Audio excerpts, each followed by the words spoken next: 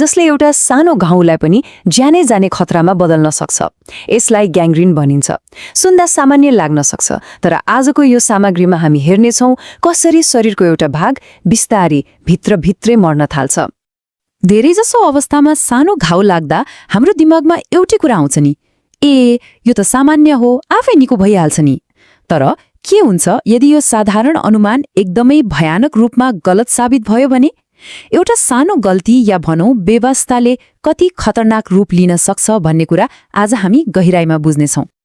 अब यो पुरै मौन पतन अर्थात् साइलेन्ट डिके कसरी हुन्छ स्टेप बाई स्टेप हेरौँ है त।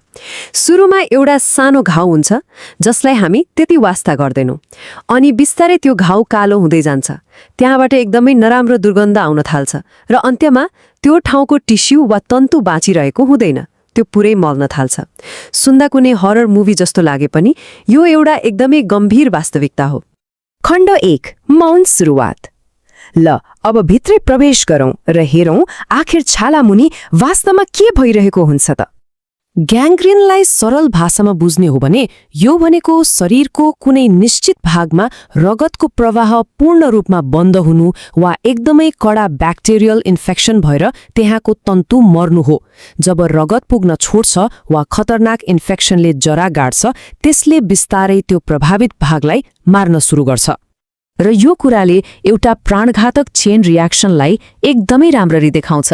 हेर्नुस् है, पहिले रगतको प्रवाह रोकिन्छ, रगत नभएपछि अक्सिजनको आपूर्ति ह्वात्तै घट्छ, अनि अक्सिजन नै नभएपछि शरीरका ती तन्तुहरू भोकभोकै मर्छन् र आधिकारिक रूपमै डेड बन्छन्।